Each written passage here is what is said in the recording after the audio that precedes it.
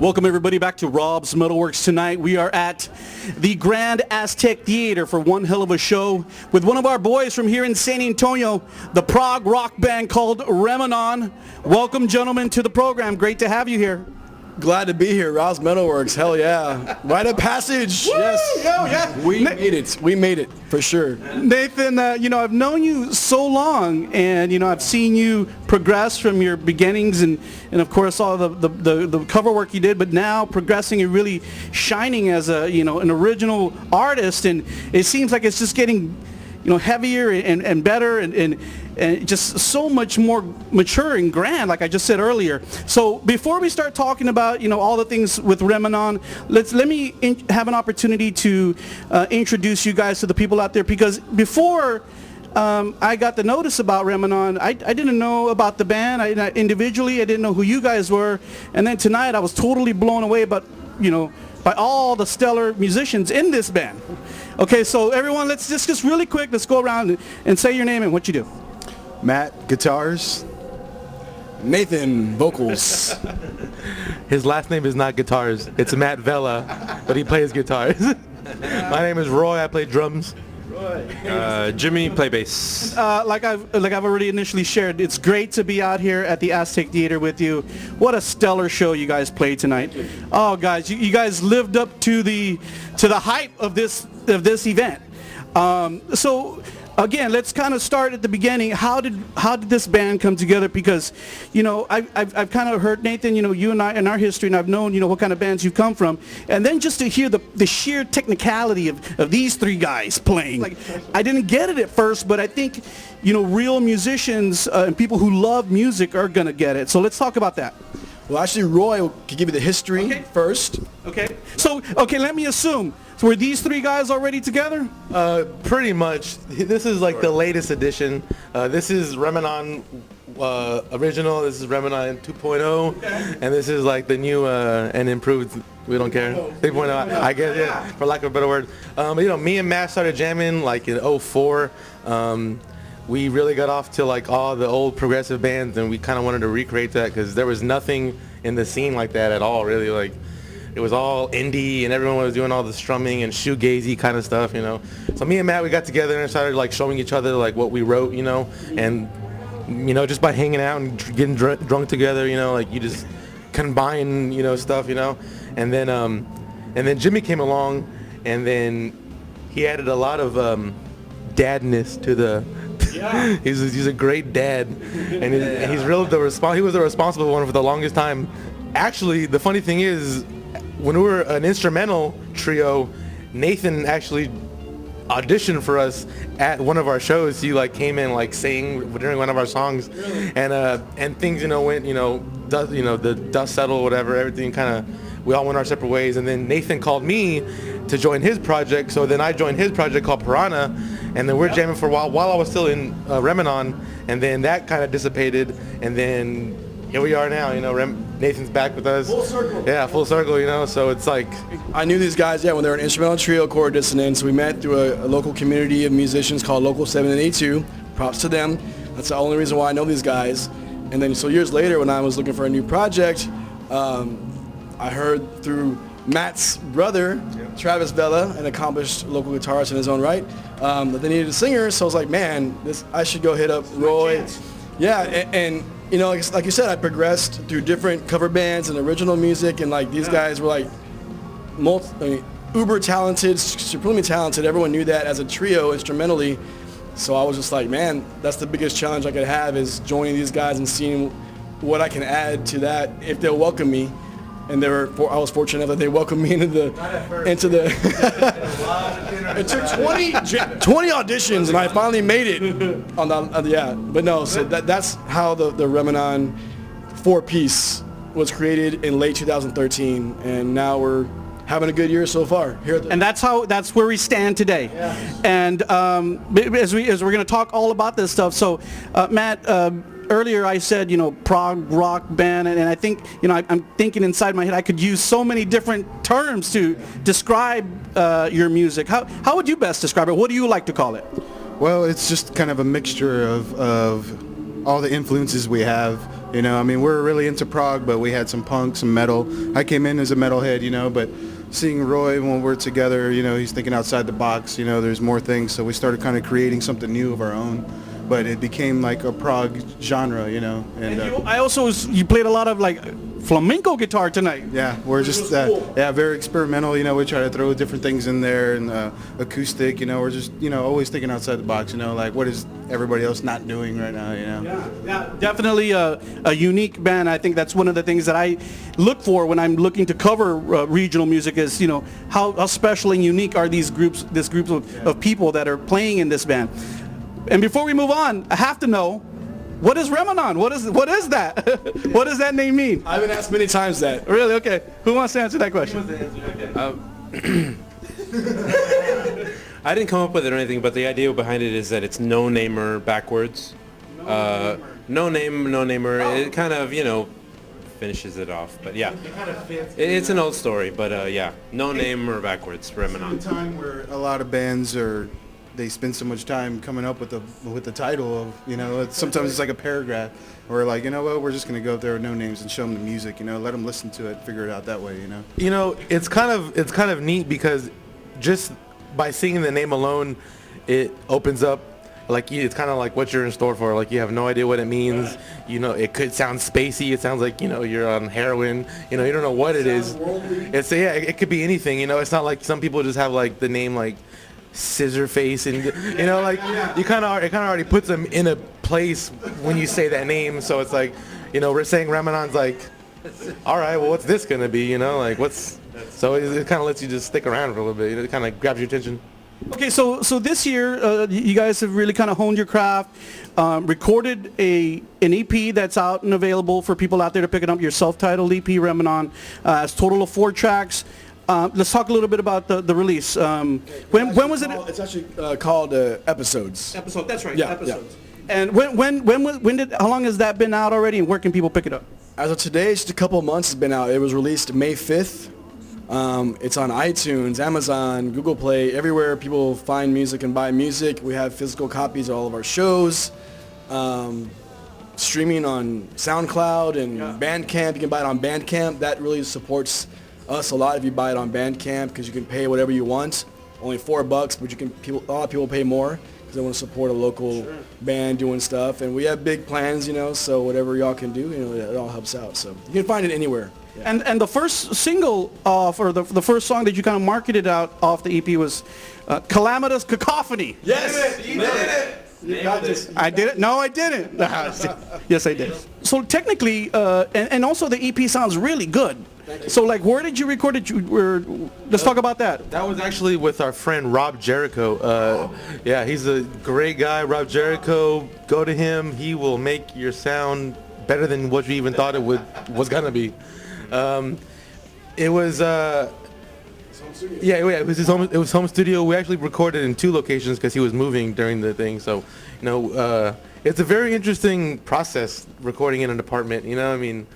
Especially the drums. I'll let y'all listen to the album and decide for yourselves. But it was a lot of fun. Rob really knew what he was doing.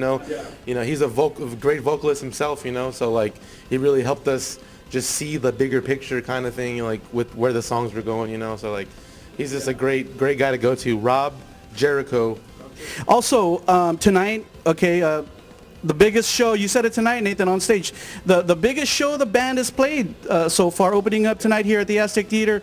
Again, it was awesome to see on such a big stage, and everybody had enough space to kind of rock compared to maybe some of the smaller places that you played. What was it like to be up there on that stage? Well, yeah, there's times some places we play where I'm dodging his guitar head, I'm dodging his bass guitar head. So like tonight, I was like, I have so much space. I'm like, I gotta kick it up and I'll do some more calisthenics or something. But so it was a listening room. It's a hall. So I said it like during the set. It's a holy. Sonically, it's like a holy hall of a place to play music. So we felt the vibe, and I felt the vibe during some of our music, and it was just all of you guys were on fire tonight. As I was shooting, I'm watching the show, and everybody was kind of in their own groove, man, their own vibe. You know, dude, you fucking rock, man. You know, I love the way that you shred, and you know, Roy, you're going crazy back there. And even Teresa said, that's kind of a small kid. I said, wait till you see the dude play. I said, he's all over the place. So he's crazy. He's crazy. So playing tonight, I know you guys play continuously. What else lies ahead, maybe, or what do you want to do in support of episodes for this year? Well, like all bands try to do, we want to tour, you know, in support of the new EP. We're going a little mini tour next weekend to in Texas, you know, Austin, Corpus, the Valley. And then in the fall, we're planning our biggest ever out-of-state tour to the Midwest, to Kansas City, Missouri, and back. So, you know, we're going to hit up, you know, we already got most of the shows booked, so I'm still booking the rest. We already have Kansas City, you know, Missouri, and some other places in Oklahoma, Dallas, of course. So that's the next big thing, you know, in the fall, touring. And then we got to get, you know, we want to record more as soon as we can, you know. So also, you know, the publicity, you know, Sure. Things you helped us out with, of course, with Browse MetalWorks. We're glad to be a part of this. And sending our stuff, you know, to bloggers and music writers and magazines, and we've gotten some hits, and we've gotten some good articles written about us and reviews and things like that. So that's just trying to kind of get that whole thing going, you know. Would you at this point, since, you know, a lot of what we're doing regionally here, a lot of bands who are coming out and trying to kind of expose themselves are doing it kind of, DIY and stuff, is getting or securing some type of management or a record deal, is that something that's, you know, at the forefront of what you're thinking? Would you like to, I mean, is that one of the goals that you want to try to accomplish?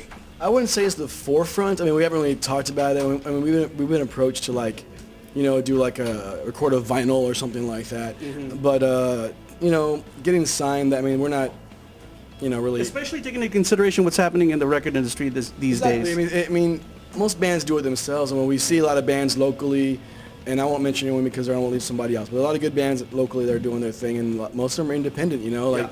I mean, you can get certain deals, like bookings, or get booked on festivals and stuff like that. That would be great. We want to play festivals, you know? But as far as, like, a label, I don't really think we need that right now. You know, if the right offer comes and someone that really digs the music, you know, I think we entertain the option, but sure. It's not really on our immediate things. Because most, you know, anyone's going to want you to establish yourself first. Right. Touring, get your local fan base going, get your, you know, your sales up, you know. Yeah, so, you know, we're working our way to that. And, you know, we could be. I mean, I want to play Letterman someday. What's the reception been like thus far here in San Antonio? I mean, you guys are musicians from here in San Antonio. Yeah. Talk a little bit about what the reception's been like for the band, and maybe kind of throw in your kind of feelings as well on what you feel is happening here locally with local musicians and clubs and places to play and things like that. Because we've seen a lot of change in the last couple of years with clubs and people who are doing shows and things like that. Yeah. Go ahead, Matt. I know most of the places there, I mean, they accept any bands really that to come in and they help out. You know, everything when it comes to San Antonio shows, it's good.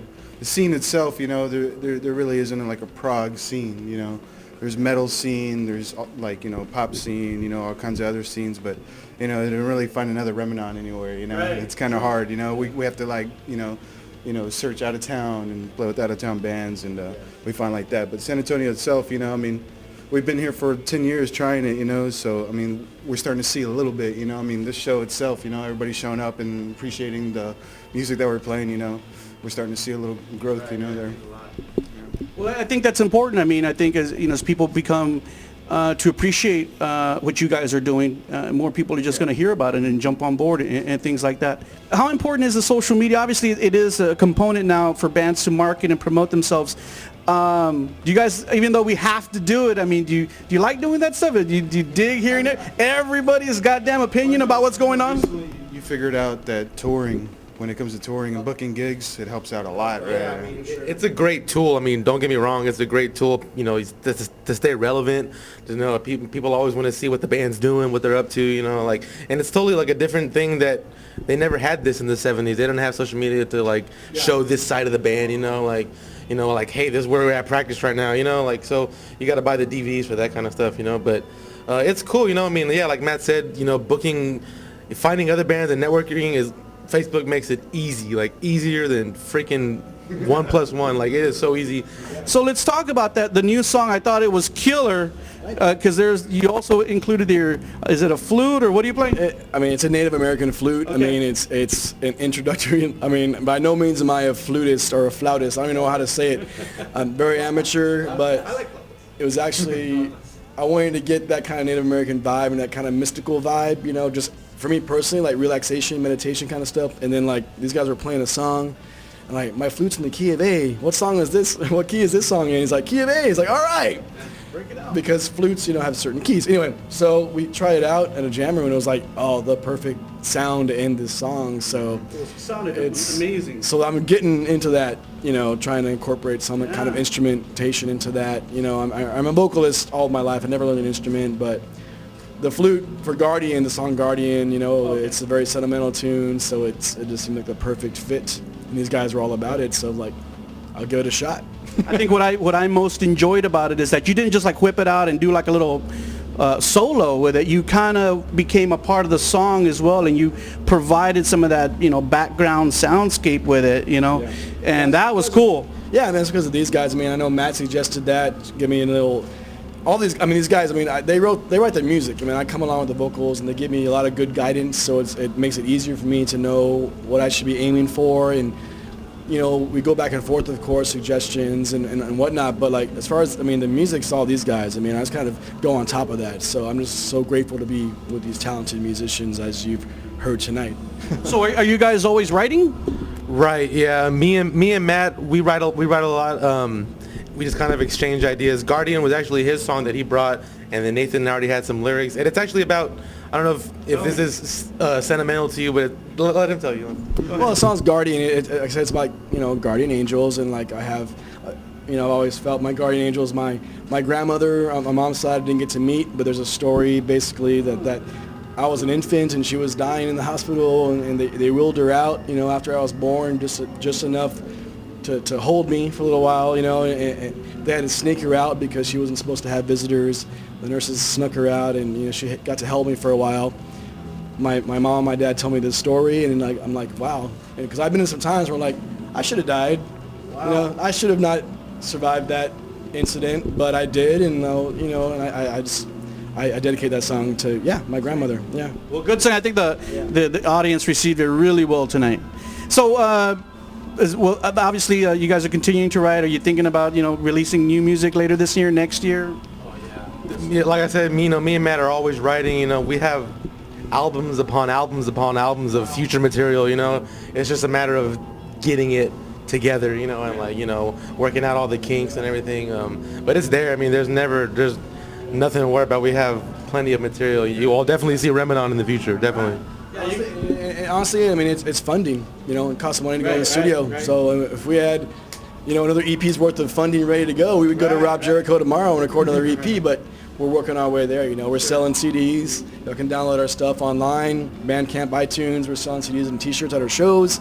You know, and we're gonna go on tour and get, you know, try to do that there. You know, so we're gonna, if this year hopefully we'll do something else. If not, as soon as possible thereafter. You know. Cool. I think one of the things that I want to share with the people out there who are watching this interview is that when I was watching the band live, it really seemed too that you guys really have good chemistry too as a band. It's not like everybody's just up there doing their own thing. You guys are really performing as a band, and everyone's intricacies come together and mesh well. So I think that's very crucial, because sometimes you see bands and you don't get that vibe, and it's like, you know, they might be good, but it's not, you know, you don't feel like the corazón in there, you know, like the glue. I hope that the band continues on this upward slope, man. I think you're going good. Things are going good. If I may, before we, just include this, we must say we would not be here if it was not for Heyoka, the comeback show, asking us to open for them. One of their members actually saw us perform at 502 and was very adamant that we open for them. So we got to thank Heyoka for having us. We would not be backstage at Aztec Theater if it wasn't for Heyoka, Corazon Management. So we're looking forward to go down and checking out their set right now. Sweet, man. So I'll give you some time to do that. Any last words, guys, before we end out? I'm going to go around real quick. Any last words? Rock and roll forever. Rob's MetalWorks kicks Nathan! Holy smokes! Finally on the big program. It's good to have you, man. You know, we've been friends for a long time. Finally made it. I made it, Mom. Hey, hi, Mom. Rock on. Thanks for listening, watching. Tune into Remanon.com every day, every night.